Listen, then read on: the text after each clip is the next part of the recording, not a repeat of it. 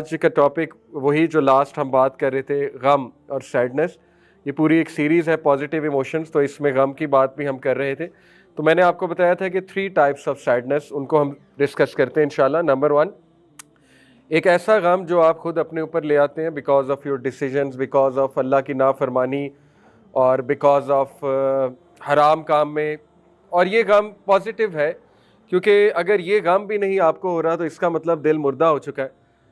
हराम काम पे गम होना चाहिए, इसी तरह गलत डिसीजंस पे गम होना चाहिए, लेकिन ये गम अगर रिग्रेट बन जाए तो फिर बहुत बड़ा मसला है।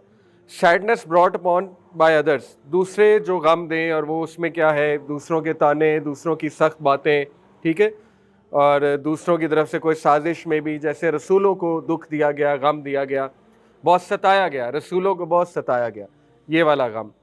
तीसरा है sadness because of a circumstance, कोई चीज़ नहीं मिली, दुआ रिजेक्ट हो गई, दुआ नहीं एक्सेप्ट हो रही, या बीमारी आ गई खुदा न खास्ता, या कुछ और मामला हो गया, तो वो एक सर्कमस्टेंस की वजह से है। तो इंटरेस्टिंग बात ये अल्हम्दुलिल्लाह कुरान मजीद में वी आर लकी कि हर सिचुएशन से रिलेटेड दुआ है।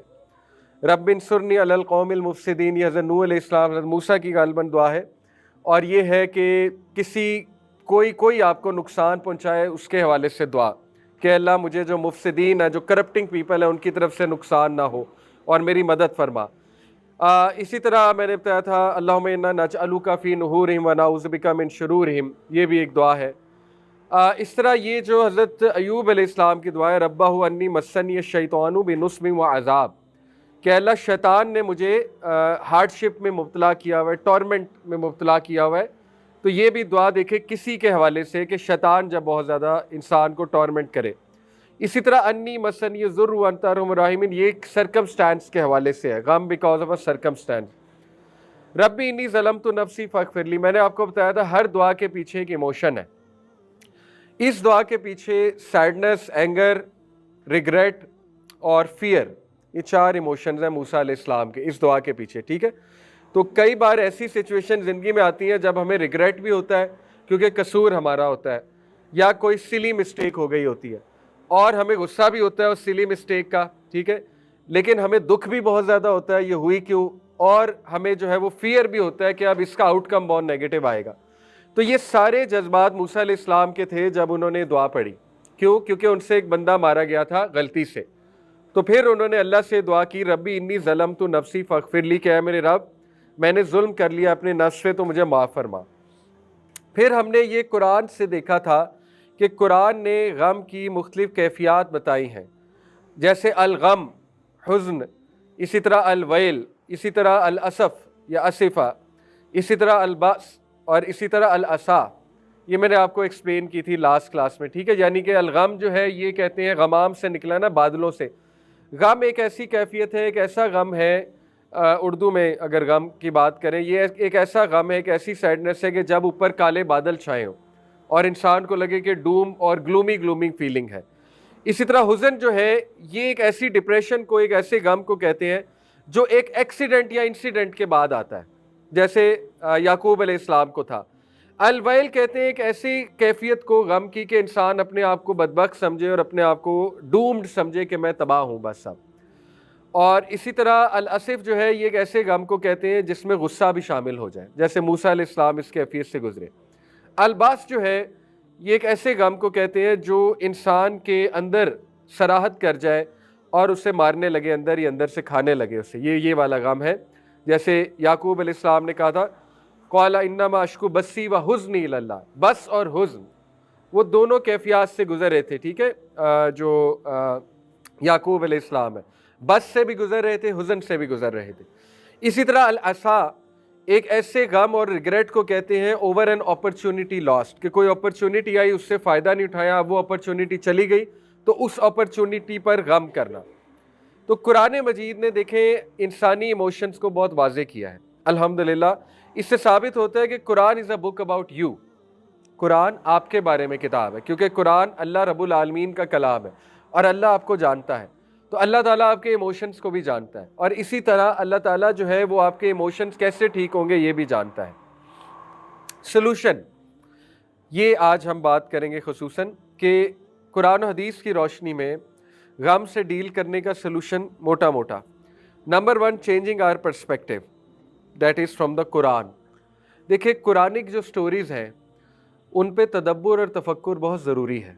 इसलिए आप लोग को चाहिए कि कुरान कम से कम इतना तो पढ़ लें कि कुरानिक स्टोरीज़ पे आपको ग्रिप हो और गौर व फिक्र किया करें। जैसे यूसुफ अलैहिस्सलाम की story is excellent to change your perspective, ठीक है, कि सैडनेस से डील कैसे करना है, रिग्रेट से कैसे डील करना है। इसी तरह इब्राहिम इस्लाम की स्टोरी है, आसिया अलैहिस्सलाम की स्टोरी है, मरियम अलैहिस्सलाम की स्टोरी है, नूह अलैहिस्सलाम की स्टोरी है। कुरानिक स्टोरीज जो है ये तक़वियत देने के लिए अल्लाह रब्बुल आलमीन ने बताई। ये खुद कुरान कहता है कि ए नबी, ये कहानियाँ हम आपको इसलिए बताते हैं, कुरान की आया, ताकि आपके दिल को तक़वियत मिले, ठीक है। अब आप देखें कि कुरान हमारा पर्सपेक्टिव कैसे चेंज करता है। कुछ लोग की अगर दुआ कबूल नहीं हुई किसी मामले के ऊपर, वो किसी मामले में बहुत दुआ कर रहे हैं, उन्होंने बहुत गिड़गिड़ा के उस मामले पे दुआ की, अल्लाह को बताया भी कि अल्लाह मुझे बहुत ज़रूरी है ये काम होना मेरे लिए, ठीक है, इसको करवा दे, लेकिन वो नहीं हुआ, दुआ कबूल नहीं हुई। तो कुरान हमारा पर्सपेक्टिव इस तरह से चेंज करता है कि देखो, इब्राहिम इस्लाम की भी तो दुआ नहीं कबूल हुई। इब्राहिम अलैहिस्सलाम जो है उन्होंने अपने अब्बा के बारे में कितनी दुआ की होगी, और उनको दावत देने से पहले हर बार दुआ करते होंगे इब्राहिम अलैहिस्सलाम, लेकिन उनकी दुआ कबूल नहीं हुई। तो इब्राहिम इस्लाम के सामने मैं और आप क्या है? पहली तो बात, वी आर अ नोबॉडी। अगर इब्राहिम इस्लाम की दुआ नहीं कबूल हुई तो मैं और आप क्या हैं? हमारी दुआ क्यों कबूल हो? पहली तो बात ये है, ठीक है। यानी हमने ऐसा क्या किया अल्लाह के लिए कि हमारी दुआ कबूल होनी चाहिए, या हम ऐसे कौन से अल्लाह के बहुत प्यारे हैं कि हमारी दुआ कबूल होनी चाहिए? ये एक पर्सपेक्टिव है, सख्त पर्सपेक्टिव है। लेकिन चले दूसरे पर्सपेक्टिव की तरह आते हैं। दूसरा ये है कि ज़रूरी नहीं आपकी दुआ ना कबूल हो तो आप एक अच्छे इंसान नहीं हैं, या आप एक अल्लाह ताला आपको पसंद नहीं करता, क्योंकि बड़े बड़े प्यारे लोगों की दुआ नहीं कबूल हुई। आप देखें, हज़रत फ़ातिमा रज़ियल्लाहु अन्हा ने नबी सल्लल्लाहु अलैहि वसल्लम के लिए दुआ की होगी ना, अल्लाह मेरे अब्बा को सेहत दे दे। जब नबी वसल्लम शदीद अलील होंगे, बीमार होंगे लास्ट फ्यू डेज़ में, हज़रत फ़ातिमा ने दुआ की होगी, लेकिन अल्लाह का क्या फ़ैसला था कि नहीं, अपने हबीब को अल्लाह ने अपने पास बुलाना है। तो इसका क्या मतलब है? हज़रत फ़ातिमा की खुदा न खास्ता कोई कहे जी दुआ नहीं कबूल हुई। बात असल में ये कि प्यारों की दुआ भी अल्लाह ताला जैसे चाहता है कबूल करता है। हाँ, नबी सल्लल्लाहु अलैहि वसल्लम ने ओहद से पहले कितनी दुआ की होगी फॉर अ क्लियर विक्ट्री, कि अल्लाह क्लियर विक्ट्री मिल जाए ओहद से पहले। लेकिन हमें पता है ओहद में कितना नुकसान हुआ। हज़रत हमज़ा, उनको शहीद किया गया, मुसअब बिन उमैर को शहीद किया गया, अच्छा खासा नुकसान हुआ है। तो इसका क्या मतलब है कि अल्लाह प्यारों की दुआएं, ज़रूरी नहीं हर एक की दुआ पूरी हो जाए दुनिया में ही, क्योंकि अक्सर अल्लाह दुआएं रद्द करता है इस दुनिया की और उनको सेव कर लेता है आखिरत के लिए, फॉर अ ज़ाहिर है बेटर अपॉर्चुनिटी।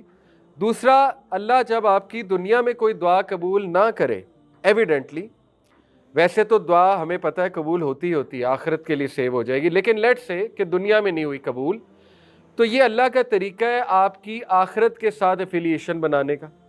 अगर आपको सब कुछ मिल जाए जो आप मांग रहे हैं दुनिया में, तो मेरा नहीं ख्याल no one will look up to Jannah, कोई भी जन्ना को लुक अप टू नहीं करेगा, क्योंकि वो कहेगा दुनिया ही जन्नत बन गई, हर चीज़ यहीं मिली जा रही है, तो फिर शायद वो एफर्ट भी ना करे जन्नत के लिए इतना। लेकिन अगर किसी को यहाँ कुछ नहीं मिला तो फिर वो लुक अप टू करेगा जन्नत को कि चलो जन्नत में मिल जाएगा। अगर यहाँ पे बहुत मेरी मुश्किल ज़िंदगी है तो चलो अल्लाह ताला वहाँ पे बहुत आसानियाँ दे देगा, ठीक है। तो इसी तरह मैंने अभी एक हदीस पढ़ी, मैदान हशर का टॉपिक बहरिया टाउन में वो चल रहा है इसी क्लास में, इंशाल्लाह हम ये शुरू करेंगे रमज़ान के बाद। तो उसमें एक हदीस है मैदान हशर के टॉपिक के हवाले से कि अल्लाह ताला एक गरीब इंसान का हिसाब लेगा। वो पूरा एक चैप्टर है किताब का कि आसान हिसाब किन लोगों का होगा क़यामत वाले दिन। आप हैरान हो जाएंगे। अल्लाह ताला एक गरीब इंसान को बुलाएगा, जो गरीब था, जिसने इतने पैसे नहीं कमाए दुनिया में। वो गरीब इंसान अल्लाह को कहेगा, यानी आप देखें कि वो बाकायदा अल्लाह रब्बुल आलमीन से अपनी कह लें बेचारगी वाज़े करेगा कि अल्लाह, दुनिया में मैं गरीब था, मैंने आपके लिए मुश्किलात झेली, यानी मुझे इतनी आसाइशें नहीं थी, मैंने आपके लिए बर्दाश्त किया है अल्लाह। अल्लाह ताला उसे जवाब में कहेंगे कि ऐ मेरे बंदे, इसीलिए आज तेरा हिसाब आसान होगा और इसीलिए तू अमीर लोगों से पहले जन्नत में एंटर होगा। आई थिंक 500 साल पहले गरीब बंदा अमीर से जन्नत में एंटर होगा, ठीक है। आप देखें कितना खूबसूरत पर्सपेक्टिव है। आज हम जिस सोसाइटी में रह रहे हैं, आप देखिए हमारे व्लॉगर्स क्या सिखा रहे हैं कि गुर्बत एक लानत है, गुर्बत जो है वो एक तुम्हारा कसूर है अगर तुम गरीब हो। آپ نے دیکھا ہے ایسے للکارتے ہیں وہ کہ if you are born poor it's not your fault, if you die poor it's your fault. اب ٹھیک ہے, اوکے, ایک جملہ ہے, جنرل جملہ, لیکن اس جملے کے پیچھے کتنا مٹیریلزم ہے. اور پھر سنگرز اس طرح کی البم نکالتے ہیں, گیٹ رچ اور ڈائی ٹرائنگ, کہ یا تو امیر بن جاؤ یا پھر die, just die death is a poor. تو قرآن تو یہ پرسپیکٹو بتاتا ہے کہ غریب لوگ پہلے جنت میں جائیں گے, غرباء کو تو کتنا زیادہ ایج ہے, قیامت والے دن ان کا حساب بھی آسان ہوگا. ٹھیک ہے, اس کا یہ مطلب نہیں ایفرٹ نہ کی جائے, اس کا یہ مطلب نہیں غریب ہی بندہ کہے جی میں غریب ہوں میں غریب ہی رہوں گا. بھائی آپ ایفرٹ اپنی کرو, لیکن ایفرٹ کے باوجود بھی اگر یو آر ناٹ سکسیزفل, آپ کا بزنس نہیں چل رہا, آپ کو کوئی لیٹ سے اچھی جاب اتنی نہیں مل رہی, تو پھر سمجھ جاؤ کہ ایفرٹ کے باوجود اگر میرا معاملہ نہیں ہو رہا ہے تو میں کتنا کمپرومائز کر سکتا ہوں. اب دیکھیں اسی چیز کو لے کے, غربت کو لے کے, غربت سے ڈر کے لوگ باہر بھی جانا چاہتے ہیں, کوئی حرج نہیں ہے ایز پر رول. دیکھیں مسلم کنٹری میں جایا جا سکتا ہے, مڈل ایسٹ میں جایا جا سکتا ہے, کوئی حرج نہیں. لیکن لیٹ سے کینیڈا, یو کے شفٹ ہونا چاہتے ہیں لوگ, امریکہ جانا چاہتے ہیں, سب سے زیادہ کینیڈا اور آسٹریلیا جانا چاہتے ہیں, تو they should better do a research کہ وہاں جا کر کہیں میرا ایمان نہ چلا جائے. یعنی وہاں پہ آپ کی جماعت کی نمازیں کیسے ہوں گی, نیوزی لینڈ جا کے, کینیڈا جا کے, یا تو کوئی ایسی سٹی چوز کریں جہاں پہ مساجد قریب ہے, کوئی ایسی کمیونٹی چوز کریں. ٹھیک ہے, ادروائز آپ کو جماعت سے نمازیں تو نہیں ملنے والی. کینیڈا یا نیوزی لینڈ یا آسٹریلیا یہ لاہور تو نہیں ہے جہاں ہر محلے میں مسجد ہو. ٹھیک ہے, وہاں تو دور دراز مساجد ہوتی ہیں. میں اپنے کئی دوستوں کو جانتا ہوں جو خود یہ روتے ہیں, کہتے ہیں کہ ہم عرصہ ہو گیا جماعت سے نماز پڑھے. ویسٹ میں وہ نمازیں کیسے پڑھتے ہیں, جوڑ کے, یہ بھی ٹائم نہیں ملتا وقت پہ نماز کا, اتنی فاسٹ لائف ہے وہاں پہ. تو یہ کیسی سیکریفائس ہے, یہ کیسی دنیا کمانا ہے کہ نماز ہی نہیں پڑھی جماعت سے کبھی. ٹھیک ہے, تو یہ چیزیں ہمارا دین ہمارا پرسپیکٹیو چینج کرتا ہے. باقی کوئی حرج نہیں ہے, بندہ اپنے انکم کو بڑھانا چاہتا ہے, اسلام اس کی اجازت دیتا ہے, ہاتھ پیر مارو, بزنس کرو انشاءاللہ. میں پوائنٹ یہ بتا رہا ہوں کہ بزنس کے باوجود بھی اٹس ناٹ ورکنگ تو پھر گھبرانے کی بات نہیں ہے. لیٹ سے آپ نے غریب ہی رہنا ہے تو بس ٹھیک ہے رہنا ہے, پھر قیامت والے دن حساب اچھا ہوگا, الحمدللہ, یہ تو اچھی بات ہے. ٹھیک ہے, تو یہ آج کی نسل کو need of the hour lessons ہیں. آج کل مٹیریلزم اتنا پھیل چکا ہے کہ مردوں میں بھی بہت مٹیریلزم آ چکا ہے, عورتوں میں بھی بہت مٹیریلزم آ چکا ہے, اور گھروں میں بہت فرسٹریشن پائی جاتی ہے اس چیز کو لے کے. اکثر ایسے ہوتا ہے the man is trying his best to do good, to avail opportunities for finance, وہ دیکھ رہا ہے, ہاتھ پیر ہلا رہا ہے, اس کے باوجود نہیں ہو رہا تو نہیں ہو رہا. لیکن خواتین کی طرف سے بہت پریشر آتا ہے, کیوں نہیں ہو رہا, وہ دیکھے وہ تو یہ اس طرح لائف سٹائل گزار رہے ہیں, وہ دیکھے وہ کپڑے کیسے پہنتے ہیں, وہ دیکھے ان کے پاس بہت کمپیریزن ہوتا ہے, آپ کو پتہ ہے. تو قرآن ہمارا پرسپیکٹیو چینج کرتا ہے. یہ غم ہم نے خود اپنے پر حاوی کیا ہوا ہے.